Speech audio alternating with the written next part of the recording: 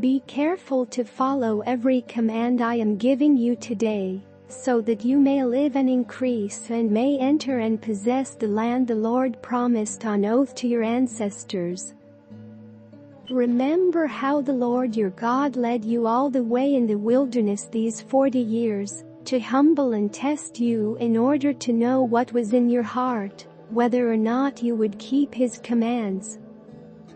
He humbled you, causing you to hunger and then feeding you with manna, which neither you nor your ancestors had known, to teach you that man does not live on bread alone, but on every word that comes from the mouth of the Lord. Your clothes did not wear out, and your feet did not swell during these 40 years. Know then in your heart that as a man disciplines his son, so the Lord your God disciplines you.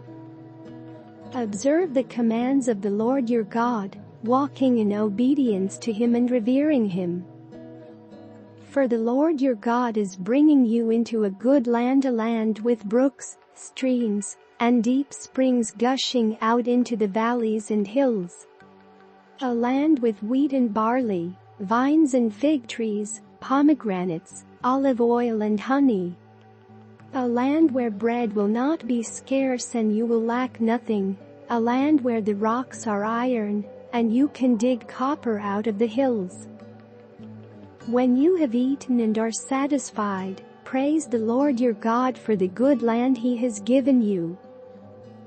Be careful that you do not forget the Lord your God, failing to observe his commands, his laws and his decrees that I am giving you this day.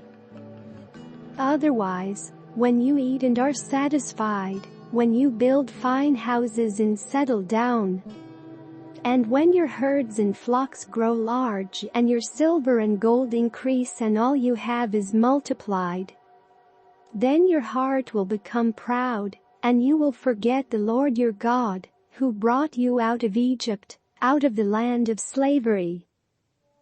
He led you through the vast and dreadful wilderness, that thirsty and waterless land, with its venomous snakes and scorpions. He brought you water out of hard rock.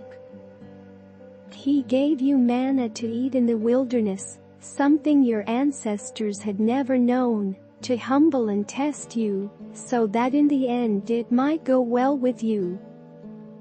You may say to yourself, my power and the strength of my hands have produced this wealth for me.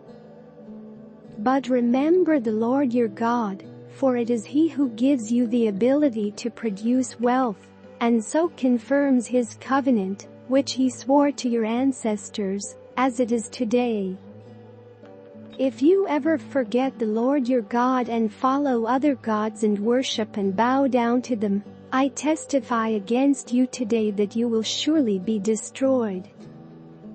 Like the nations the Lord destroyed before you, so you will be destroyed for not obeying the Lord your God.